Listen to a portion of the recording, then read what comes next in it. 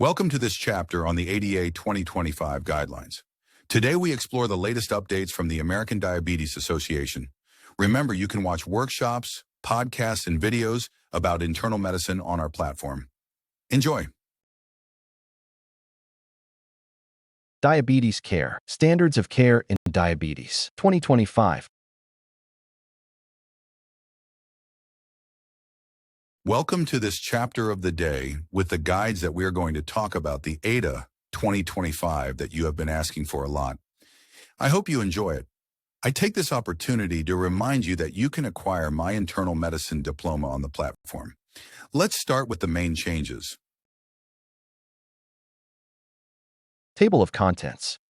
Improving care and promoting health in populations. Diagnosis and classification of diabetes. Prevention or delay of diabetes and associated comorbidities. Comprehensive medical evaluation and assessment of comorbidities. Facilitating positive health behaviors and well-being to improve health outcomes. Glycemic goals and hypoglycemia. Diabetes technology. Obesity and weight management for the prevention and treatment of type 2 diabetes. Pharmacologic approaches to glycemic treatment. Cardiovascular disease and risk management. Chronic kidney disease and risk management. Retinopathy, neuropathy, and foot care. Older adults, children, and adolescents. Management of diabetes in pregnancy. Diabetes care in the hospital. Diabetes and advocacy.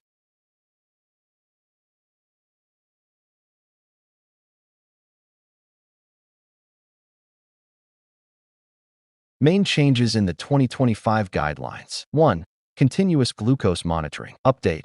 Consideration of continuous glucose monitor use for adults with type 2 diabetes on glucose-lowering agents other than insulin. 2. Medication availability. Guidance. Actions to take during circumstances of medication unavailability, such as medication shortages. 3. GLP-1 receptor agonists. Benefits. Use beyond weight loss for heart and kidney health benefits. 4. Weight management pharmacotherapy. Continuation. Guidance on continuation of weight management pharmacotherapy beyond reaching weight loss goals. 5. Metabolic dysfunction-associated steatotic liver disease. Treatment. Use of a thyroid hormone receptor beta agonist for moderate or advanced liver fibrosis. 6. Antibody-based screening. Emphasis. Screening for pre-symptomatic type 1 diabetes in those with a family history or known genetic risk. 7. Recreational cannabis use. Guidance. For type 1 diabetes and those at risk for diabetic ketoacidosis. 8. Pregnancy and medications. Key updates. Highlighting potentially harmful medications in pregnancy and guidance for modifying the care plan. 9. Nutrition guidance. Expanded. Encouraging evidence-based eating patterns, including plant-based proteins and fiber. Conclusion. Summary. These updates aim to provide comprehensive, evidence-based recommendations for diabetes care, ensuring the best possible outcomes for those living with diabetes. Call to action.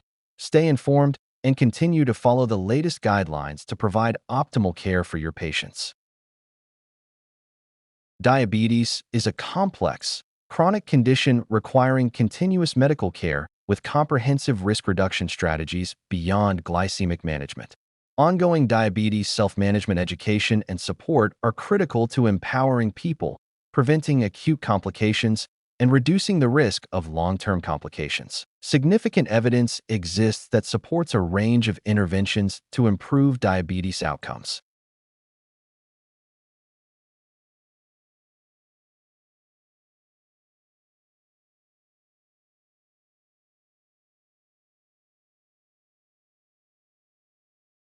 The American Diabetes Association Standards of Care in Diabetes, referred to here as the Standards of Care, serves as a comprehensive resource to clinicians, researchers, policymakers, and other stakeholders. It outlines key elements of diabetes care, sets treatment goals, and provides tools to assess care quality, all aimed at improving diabetes care and outcomes across diverse populations. The ADA Professional Practice Committee updates the standards of care annually and includes discussion of emerging clinical considerations in the text, and as evidence evolves, clinical guidance is added to the recommendations in the standards of care. The standards of care is a living document where important updates are published online should the Professional Practice Committee determine that new evidence or regulatory changes, exempli gratia, drug or technology approvals, label changes, merit immediate inclusion. More information on the living standards can be found on the ADA professional website Diabetes Pro at professional.diabetes.org. Standards of Care Living Standards Update. The Standards of Care supersedes all previously published ADA statements and the recommendations therein on clinical topics within the purview of the Standards of Care. While still containing valuable analysis, ADA statements should not be considered the current position of the ADA. The Standards of Care receives annual review and approval by the ADA Board of Directors and is reviewed by the ADA scientific team and clinical leadership. The Standards of Care also undergoes external peer review annually.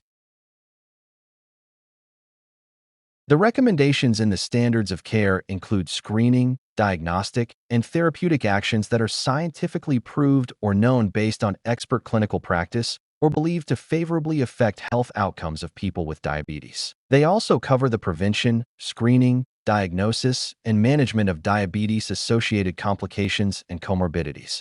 The recommendations encompass care throughout the lifespan for youth.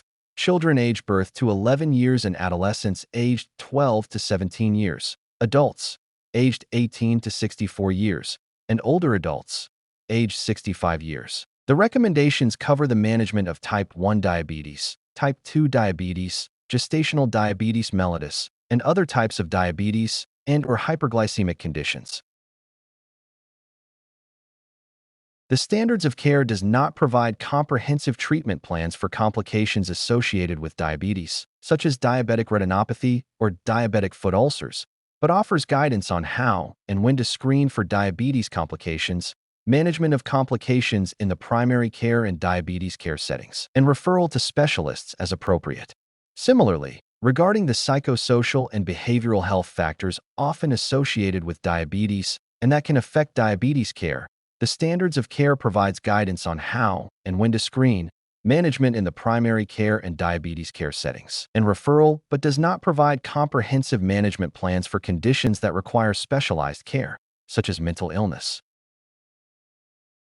The intended audience for the Standards of Care includes primary care physicians, endocrinologists, nurse practitioners, physician associates or assistants, pharmacists, registered dietitian nutritionists, diabetes care and education specialists, and all members of the diabetes care team. The Standards of Care also provides guidance to specialists caring for people with diabetes and its multitude of complications, such as cardiologists, nephrologists, emergency physicians, internists, pediatricians, psychologists, neurologists, ophthalmologists, and podiatrists. Additionally, these recommendations help payors, policymakers, researchers, research funding organizations, and advocacy groups to align their policies and resources and deliver optimal care for people living with diabetes. The ADA strives to improve and update the Standards of Care to ensure that clinicians, health plans, and policymakers can continue to rely on it as the most authoritative source for current guidelines for diabetes care. The Standards of Care recommendations are not intended to preclude clinical judgment. They must be applied in the context of excellent clinical care, with adjustments for individual preferences, comorbidities, and other patient factors. For more detailed information about the management of diabetes, please refer to Medical Management of Type 1 Diabetes and Medical Management of Type 2 Diabetes. The Professional Practice Committee of the ADA is responsible for the Standards of Care content. The PPC is an interprofessional expert committee comprising physicians, nurse practitioners, pharmacists, diabetes care and education specialists, registered dietitian nutritionists, behavioral health scientists, and others who have expertise in a range of areas including, but not limited to, adult and pediatric endocrinology, epidemiology, public health, behavioral health, cardiovascular risk management, microvascular complications, nephrology, neurology, ophthalmology, podiatry, clinical pharmacology, preconception and pregnancy care, weight management and diabetes prevention, and use of technology in diabetes management. Each year, ADA conducts a national call for applications to recruit members of the PPC. Appointment to the PPC is based on excellence in clinical practice and research, with attention to appropriate representation of members based on considerations including but not limited to demographic, geographic, work setting, or identity characteristics, exempli gratia, gender, race and ethnicity, ability level. A PPC chair or co-chairs are appointed by the ADA. NAE and RGM are co-chairs for the 2025 Standards of Care and oversee the committee. In addition to the PPC members, several professionals serve as designated subject matter experts to support the PPC in the development of specific content areas of the standards of care. While designated subject matter experts assist with content development, only PPC members formally vote on standards of care recommendations for final approval. Additionally, several organizations have endorsed specific sections of the 2025 Standards of Care. The American College of Cardiology reviewed and approved Section 10, Cardiovascular Disease and Risk Management. The American Society for Bone and Mineral Research reviewed and approved the Bone Health subsection in Section 4, Comprehensive Medical Evaluation and Assessment of Comorbidities. The Obesity Society reviewed and approved Section 8, Obesity and Weight Management for the Prevention and Treatment of Type 2 Diabetes. New to the 2025 Standards of Care, the American Geriatrics Society reviewed and approved Section 13, Older Adults. Each section of the Standards of Care is reviewed annually and updated with the latest evidence-based recommendations by a subcommittee. The subcommittees perform systematic literature reviews and identify and summarize the scientific evidence. An information specialist with knowledge and experience in literature searching, a librarian, is consulted as necessary. A guideline methodologist, RRB for the 2025 Standards of Care, with expertise and training in evidence-based medicine and guideline development methodology, oversees all methodological aspects of the development of the standards of care and serves as a statistical analyst. All members of the expert panel, the PPC members and subject matter experts, and ADA scientific team are required to comply with the ADA policy on duality of interest, which requires disclosure of any financial, intellectual, or other interests that might be construed as constituting an actual, potential, or apparent conflict, regardless of relevancy to the guideline topic. For transparency, ADA requires full disclosure of all relationships.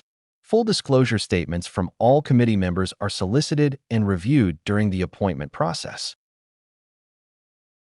Disclosures are then updated throughout the guideline development process, specifically before the start of every meeting, and disclosure statements are submitted by every Standards of Care contributor upon submission of the updated Standards of Care section. Members are required to disclose conflicts for a time frame that includes 1 year prior to initiation of the committee appointment process until publication of that year's Standards of Care. Potential dualities of interest are evaluated by a designated review panel and, if necessary, the Legal Affairs Division of the ADA. The duality of interest assessment is based on the relative weight of the financial relationship, that is, the monetary amount, and the relevance of the relationship, in other words, the degree to which an independent observer might reasonably interpret an association as related to the topic or recommendation of consideration. In addition, the ADA adheres to Section 7 of the Council of Medical Specialty Societies Code for Interactions with Companies. The duality of interest review panel also ensures the majority of the PPC and the PPC chair or co-chairs are without potential conflict relevant to the subject area. Furthermore, the PPC chair or co-chairs are required to remain unconflicted for 1 year after the publication of the Standards of Care. Members of the committee who disclose a potential duality of interest pertinent to any specific recommendation are prohibited from participating in discussions related to those recommendations, and their votes are excluded. No expert panel members were employees of any pharmaceutical or medical device company during the development of the 2025 Standards of Care. Members of the PPC, their employers, and their disclosed potential dualities of interest are listed in the section Disclosures, Standards of Care in Diabetes, 2025. Funding source. The Standards of Care guideline is funded by ADA General Revenue. No other entity, including industry, provides financial support for the guideline. Committee members received no remuneration for their participation in development of this guideline. Evidence review. The Standards of Care subcommittee for each section creates an initial list of relevant clinical questions that is reviewed and discussed by the expert panel. In consultation with a systematic review expert and librarian, each subcommittee devises and executes systematic literature searches. For the 2025 Standards of Care, PubMed, Medline, and Embase were searched for the time periods of June 1st, 2023 to July 19th, 2024. Searches are limited to studies published in English. Subcommittee members also manually search journals, reference lists of conference proceedings, and regulatory agency websites. All potentially relevant citations are then subjected to a full-text review. In consultation with the methodologist, the subcommittees prepare the evidence summaries and grading for each section of the Standards of Care. All PPC members discuss and review the evidence summaries and make revisions as appropriate. The final evidence summaries are then deliberated on by the PPC, and the recommendations that will appear in the Standards of Care are drafted. Grading of evidence and recommendation development. A grading system developed by the ADA and modeled after existing methods is used to clarify and codify the evidence that forms the basis for the recommendations in the Standards of Care. All recommendations in the Standards of Care are critical to comprehensive care regardless of rating. ADA recommendations are assigned ratings of A, B, or C, depending on the quality of the evidence in support of the recommendation. Expert opinion E is a separate category for recommendations in which there is no evidence from clinical trials. Clinical trials may be impractical, or there is conflicting evidence. Recommendations assigned in E level of evidence are informed by key opinion leaders in diabetes, members of the PPC, and external subject matter experts, and cover important elements of clinical care. All Standards of Care recommendations receive a rating for the strength of the evidence and not for the strength of the recommendation. Recommendations with A-level evidence are based on large, well-designed randomized controlled trials or well-done meta-analyses of randomized controlled trials. Generally, these recommendations have the best chance of improving outcomes when applied to the population for which they are appropriate. Recommendations with lower levels of evidence may be equally important, but are not as well supported. Of course, published evidence is only one component of clinical decision-making. Clinicians care for people, not populations. Guidelines must always be interpreted with the individual person in mind. Individual circumstances, such as comorbid and coexisting diseases, age, education, disability, and, above all, the values and preferences of the person with diabetes, must be considered and may lead to different treatment goals and strategies. Furthermore, conventional evidence hierarchies, such as the one adapted by the ADA, may miss nuances important in diabetes care. For example, although there is excellent evidence from clinical trials supporting the importance of achieving multiple risk factor control, the optimal way to achieve this result is less clear. It is difficult to assess each component of such a complex intervention. Evidence to recommendations. All accumulated evidence was reviewed and discussed by all PPC members and external subject matter experts during multiple virtual meetings and a 2-day in-person meeting in Arlington, Virginia, in July 2024. Standards of Care recommendations were updated based on the newly acquired evidence, and each recommendation was voted on by the PPC, with 80% consensus required for any recommendation to be approved. Revision process. Public comment is particularly important in the development of clinical practice recommendations. It promotes transparency and provides key stakeholders, including people with diabetes and their caregivers, the opportunity to identify and address gaps in care. The ADA holds a year-long public comment period requesting feedback on the Standards of Care. The PPC reviews compiled feedback from the public in preparation for the annual update, but considers more pressing updates throughout the year, which may be published as living standards updates. Feedback from the larger clinical community and general public was invaluable for the revision of the 2024 Standards of Care. Readers who wish to comment on the 2025 Standards of Care are invited to do so at professional.diabetes.org/SOC. Feedback for the Standards of Care is also obtained from external peer reviewers. The standards of care is reviewed by ADA clinical leadership and scientific and medical team and is approved by the ADA Board of Directors, which includes healthcare professionals, scientists, and other stakeholders. The ACC performs an independent external peer review, and the ACC provides endorsement of Section 10, cardiovascular disease and risk management.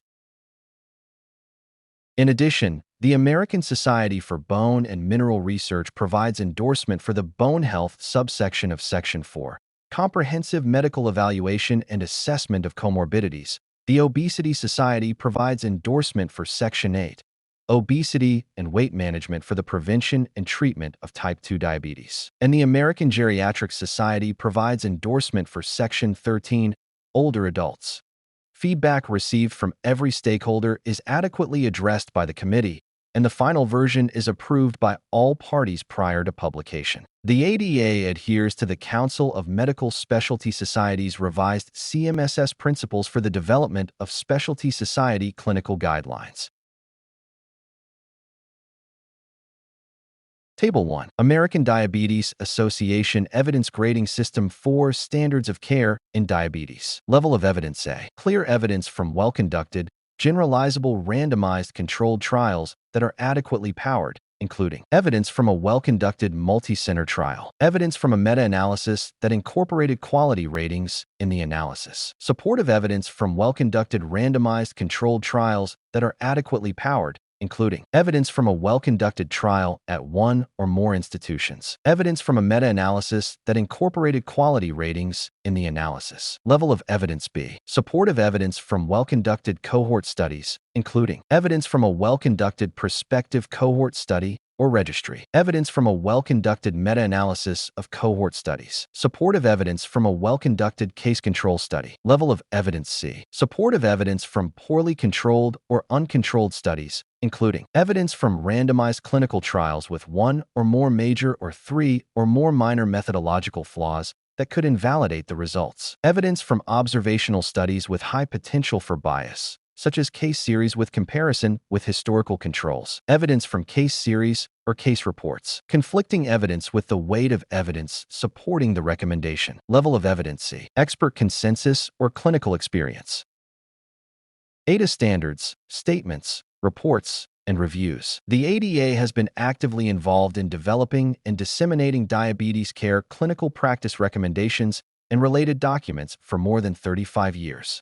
The ADA Standards of Care is an essential resource for healthcare professionals caring for people with diabetes. ADA statements, consensus reports, and scientific reviews support the recommendations included in the Standards of Care.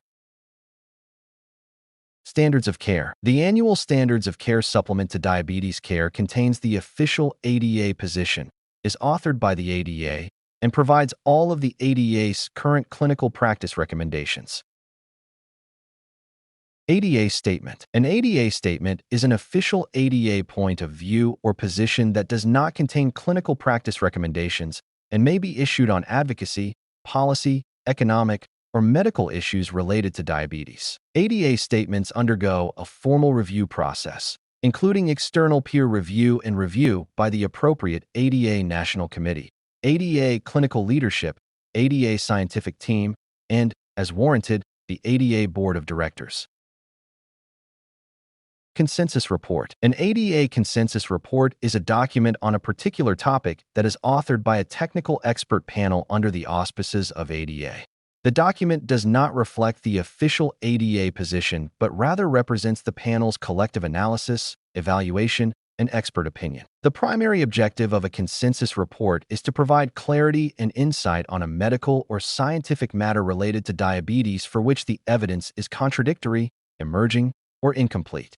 The report also aims to highlight evidence gaps and to propose avenues for future research. Consensus reports undergo a formal review process, including external peer review and review by the ADA Professional Practice Committee and ADA Scientific Team for publication. Scientific review. A scientific review is a balanced review and analysis of the literature on a scientific or medical topic related to diabetes. A scientific review is not an ADA position and does not contain clinical practice recommendations, but is produced under the auspices of the ADA by invited experts. The scientific review may provide a scientific rationale for clinical practice recommendations in the standards of care. The category may also include task force and expert committee reports. References.